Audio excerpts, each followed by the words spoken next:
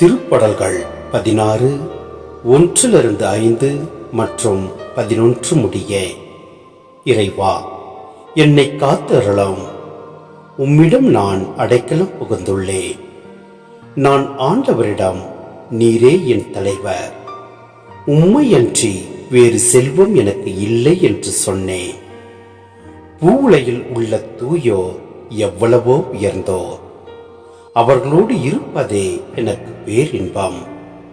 வேற்று தெய்வங்களை பின்பற்றுவோர் தங்கள் துன்பங்களை பெருக்கிக் கொள்வர். அவற்றுக்கு செலுத்தப்படும் இரத்த பழுகளில் நான் கலந்து கொள்ளேன். அவற்றின் பெயரை கூட நாவினால் உச்சரியேன். ஆண்டவர்தாமே என் உரிமை சொத்து, அவரே என் கிண்ணம். எனக்குரிய பங்கை காப்பவரும் அவரே. வாழ்வின் வழியை நான் அறிய செய்வேன். உமது முன்னிலையில் எனக்கு நிறைவான மகிழ்ச்சி உண்டு.